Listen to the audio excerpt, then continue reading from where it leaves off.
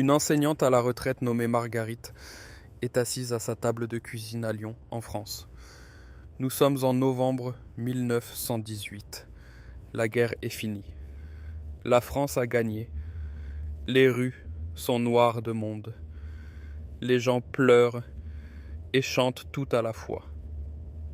Marguerite possède 12 000 francs sur un compte d'épargne au Crédit Lyonnais.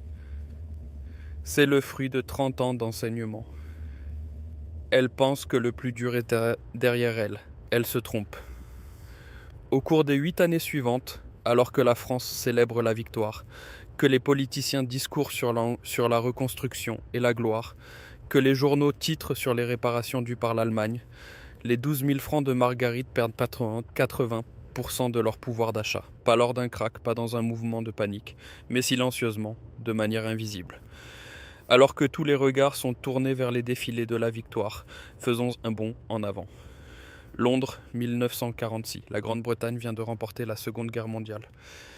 Churchill est parti, mais l'Empire est intact. La livre est la monnaie de réserve de la moitié du globe. Un fonctionnaire à la retraite nommé Harold a placé toutes ses économies dans des obligations d'État britanniques. Il se sent en sécurité. Il se trompe. Au cours des 30 années suivantes, la livre perd 90% de sa valeur par rapport à l'or. Non pas parce que la Grande-Bretagne perd une guerre, mais parce que la guerre coûte plus cher que ce que quiconque voulait admettre pendant qu'elle faisait rage. Bondissons à nouveau. Washington, 2002. Les attentats du 11 septembre remontent à un an. Le dollar est fort. Les États-Unis viennent de vaincre les talibans en 90 jours. Les gros titres parlent de moment unipolaire. Les Américains disposant de comptes d'épargne se sentent sans sécurité. Ils se trompent. Au cours des 6 années suivantes, le dollar perd 40% de sa valeur par rapport à l'or. Non pas parce que l'Amérique perd, mais parce que la guerre a coûté plus cher que ce que quiconque a avoué pendant qu'elle se déroulait. Voici ce qui m'empêche de dormir. Aujourd'hui, en mars 2026, le dollar est soutenu par une prime liée à la guerre contre l'Iran. L'or et l'argent viennent de subir l'une de leurs corrections les plus brutales depuis des années, et la plupart des observateurs du marché y voient le signe que le dollar est sain et que les métaux sont surévalués. Les archives historiques racontent une toute autre histoire. À la fin de cette vidéo, vous comprendrez exactement comment fonctionne la prime de guerre, quelles sont les 4 positions qui survivent à son effritement, et lesquelles sont balayées, à chaque fois, sans exception. Restez avec moi avant d'entrer dans le vif du sujet. Ceci est de l'histoire, pas un conseil financier. Faites vos propres recherches. Passons au modèle. La guerre génère une prime. La peur afflue vers la monnaie dominante. Les métaux sont délaissés face à la force du dollar. Tout le monde conclut que la crise favorise le papier au détriment des actifs réels. Puis, les factures arrivent. La guerre coûte cher. Chaque conflit moderne de l'histoire s'achève avec un pays plus endetté qu'il ne l'était au départ. Cette dette est remboursée de 2 manières. Soit on taxe la population, ce qui est politiquement périlleux, soit on crée de l'inflation, ce qui est invisible jusqu'à ce que cela ne le soit plus. Puis la prime s'évapore, la crise se dissipe, ou le marché finit par s'enlacer, ou les deux. Et les dommages budgétaires sous-jacents, les déficits, la dette, la création monétaire reprennent leurs droits sans le voile de la peur pour les masquer. La monnaie chute. Les actifs réels grimpent à chaque fois. 1918, la France gagne la guerre. Le franc tient bon pendant le conflit car la demande de guerre le soutient. Puis les factures arrivent. La France s'était lourdement endettée auprès de la Grande-Bretagne et des États-Unis pour combattre. S'y ajoutent les coûts de la reconstruction. Le gouvernement fait marcher la planche à billets pour combler le déficit. En 1926, le franc ne vaut plus que 1/5 de sa valeur hors d'avant-guerre. Ceux qui ont vu la France gagner la guerre et en ont déduit que le franc était sûr ont perdu 80% de leurs économies. Ceux qui possédaient des Napoléons d'or, ces pièces de 20 francs que les paysans français enterraient dans leurs jardins depuis des générations, ont tout préservé. 1945, la Grande-Bretagne gagne la guerre. La livre se maintient durant le conflit car elle est la monnaie de réserve de l'Empire. Puis les factures arrivent. La Grande-Bretagne est virtuellement en faillite. Elle doit des milliards aux États-Unis, au titre du pré-bail. L'État-providence mis en place après la guerre coûte plus cher que prévu. La livre est dévaluée en 1949, puis à nouveau en 1967. En 1980, la livre a perdu plus de 80% de son pouvoir d'achat en or depuis le jour de la victoire. Ceux qui détenaient de l'or tout en célébrant le heure de gloire britannique ont tout préservé. Ceux qui détenaient des obligations d'État et des comptes d'épargne ne l'ont pas fait.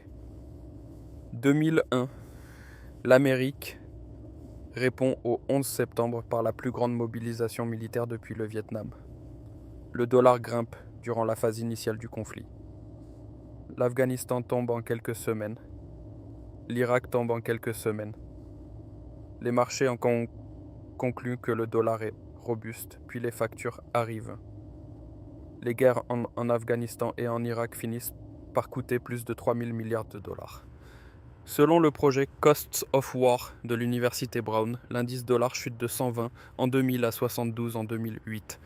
L'or passe de 250 dollars l'once à plus de 1000. Toujours le même modèle, la même séquence. À chaque fois que la guerre finit, la prime s'évanouit, les dettes restent. Alors, qu'est-ce qui survit réellement? 4 positions documentées. La première est l'or physique, détenu hors du système bancaire. Voici ce qui surprend le plus dans le cas français.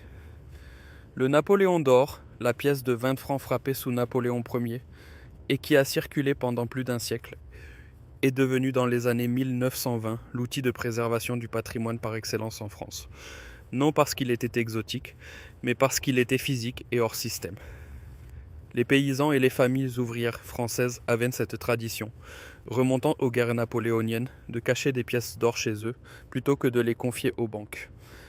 On les appelait les bas de laine, car c'est là qu'elles étaient littéralement conservées. Les historiens estiment que les ménages français détenaient plus d'or par habitant que n'importe quel autre pays d'Europe.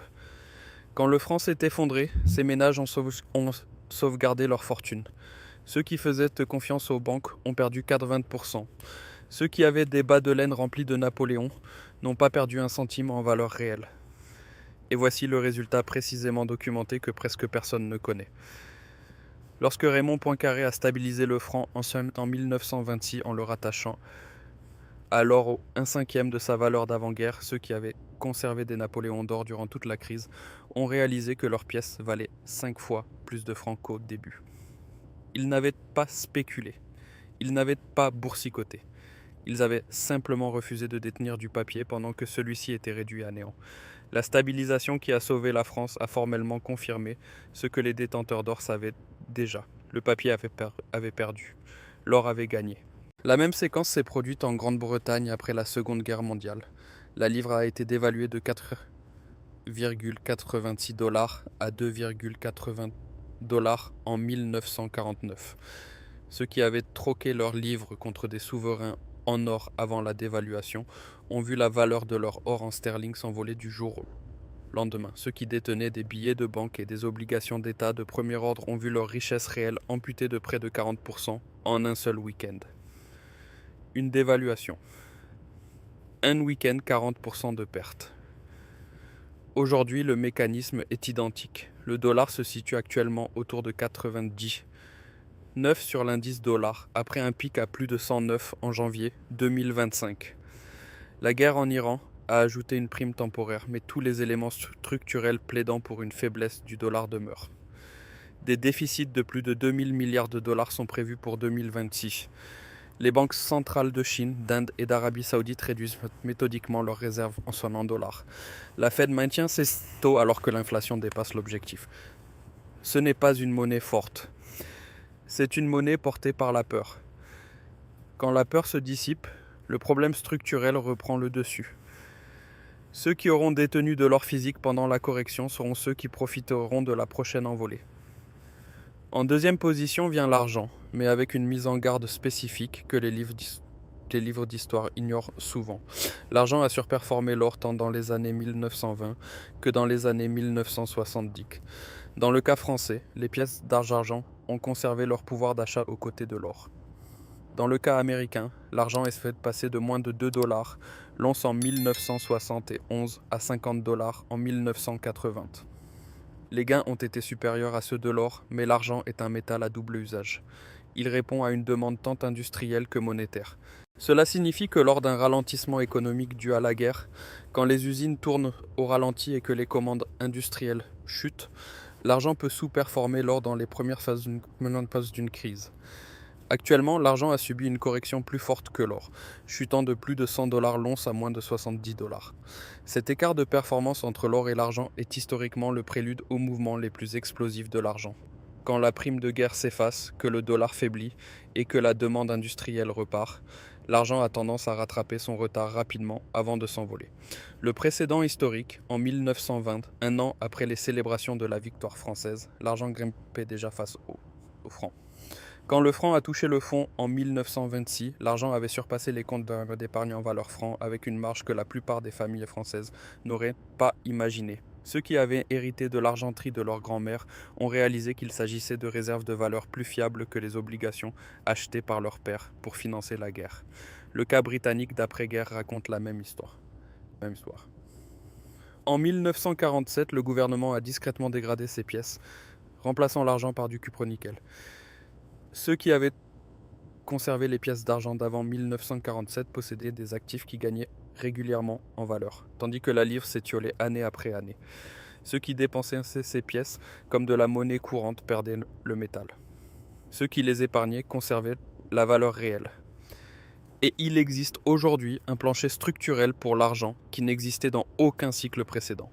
Chaque panneau solaire nécessite environ 20 grammes d'argent. La capacité solaire mondiale se développe à un rythme qu'aucune génération passée d'investisseurs n'a connu. L'argument monétaire en faveur de l'argent reste le même qu'en 1920 ou 1947. Mais le socle industriel, lui, est nouveau. Quand la prime de guerre s'estompera et que le dollar faiblira, ce socle servira de rampe de lancement. Si vous comprenez que les actifs qui survivent aux guerres ne sont jamais ceux que les gouvernements vous incitent à détenir pendant qu'ils les mènent, soyez très attentifs. Il s'agit de repérer les modèles avant qu'ils ne se répètent. La troisième position est la terre productive. C'est l'actif qui demande l'horizon le plus long, mais qui affiche les meilleurs résultats documentés dans chaque crise monétaire de l'histoire. En France, les terres agricoles ont gardé leur valeur réelle après la Grande Guerre, même quand le franc s'est effondré. Les paysans propriétaires ont vu le prix nominal de leurs récoltes monter avec l'inflation. Le blé, le bœuf, les légumes, tout coûtait plus cher en francs dévalués, tandis que la terre elle-même préservait le capital. La perte réelle a frappé l'épargnant citadin, pas le propriétaire terrien. Le même schéma s'est appliqué en Grande-Bretagne après la Seconde Guerre mondiale. Les terres agricoles britanniques ont doublé de valeur en termes réels entre 1945 et 1970, alors que les obligations d'État perdaient 80% de leur pouvoir d'achat. Le mécanisme est simple. Une terre productive génère des revenus. Ces revenus s'ajustent à l'inflation. L'actif lui-même sert de réserve de valeur réelle. Aucun gouvernement dans l'histoire n'a jamais réussi à confisquer durablement la valeur des terres agricoles sur un cycle économique complet. Il existe une figure française qui mérite d'être citée ici. Le père de Charles de Gaulle, Henri de Gaulle, était enseignant, le même métier que Marguerite. Il détenait l'essentiel de ses économies, en terre et en or plutôt qu'en obligations d'État. Quand le franc s'est écroulé dans les années 1920, la famille de Gaulle n'a pas été ruinée. Ses collègues, qui possédaient des obligations et des comptes d'épargne, l'ont été. Ce n'était pas de la voyance. C'était une tradition paysanne française ancrée de ne pas se fier au papier, une tradition que la classe moyenne urbaine avait délaissée.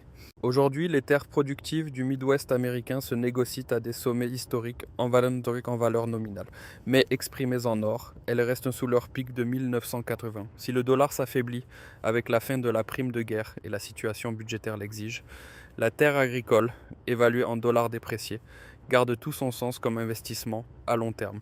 La quatrième position est constituée de titres à revenus fixes à court terme, indexés sur l'inflation.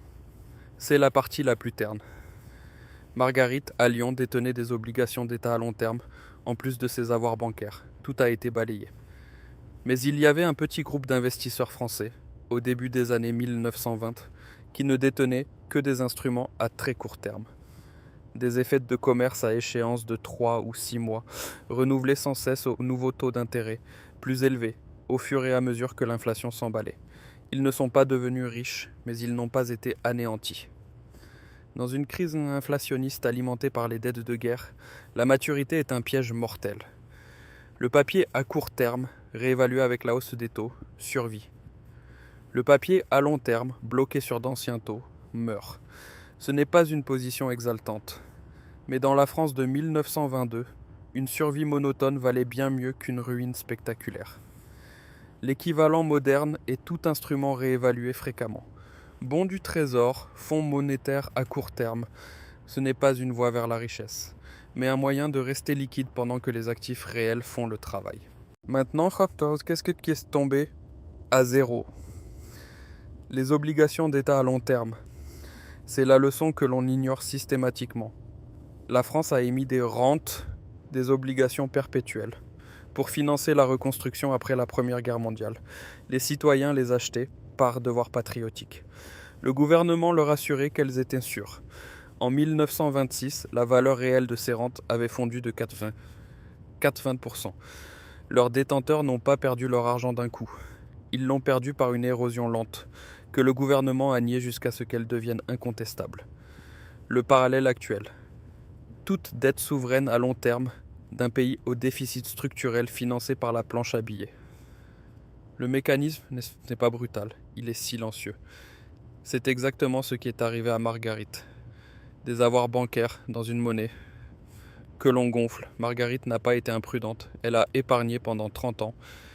Elle a placé son argent là où l'État lui disait qu'il était en sécurité. Elle touchait ses intérêts chaque trimestre. Elle a été ruinée par l'institution même qui lui garantissait sa sécurité. Ce n'est pas une histoire de malchance, c'est l'histoire de ce qui arrive aux épargnants prudents quand le système censé protéger les actifs papier est le même que celui qui a créé les dettes qui les détruisent. Les signaux d'alerte actuels. Le déficit fédéral américain est prévu à près de 2000 milliards de dollars pour 2026. Ce chiffre a été calculé avant que les coûts de l'opération militaire en Iran ne s'y ajoutent.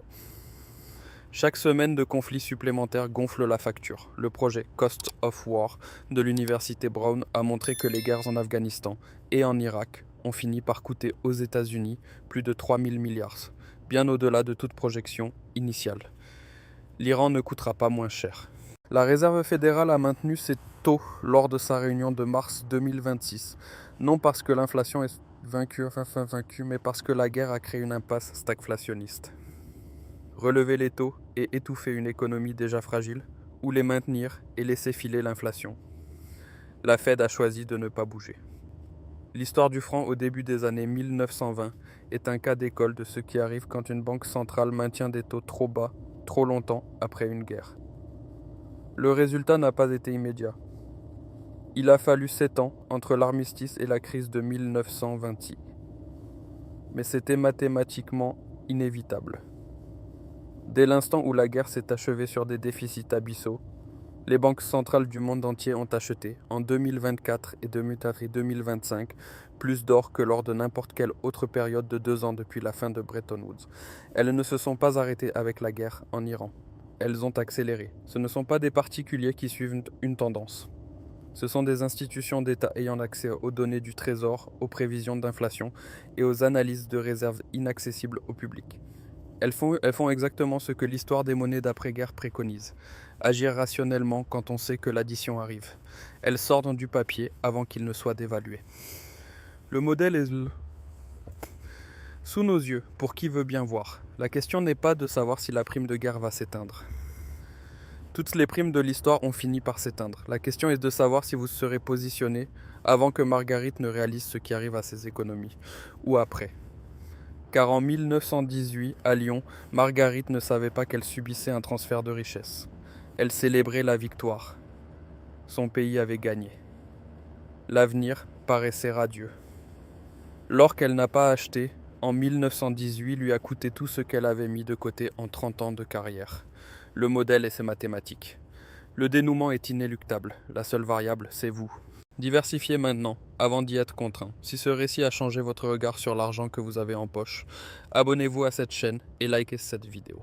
Nous déterrons l'histoire que certains voudraient voire enterré. Semez les graines de votre avenir. Le prochain trésor de connaissances sera bientôt ouvert.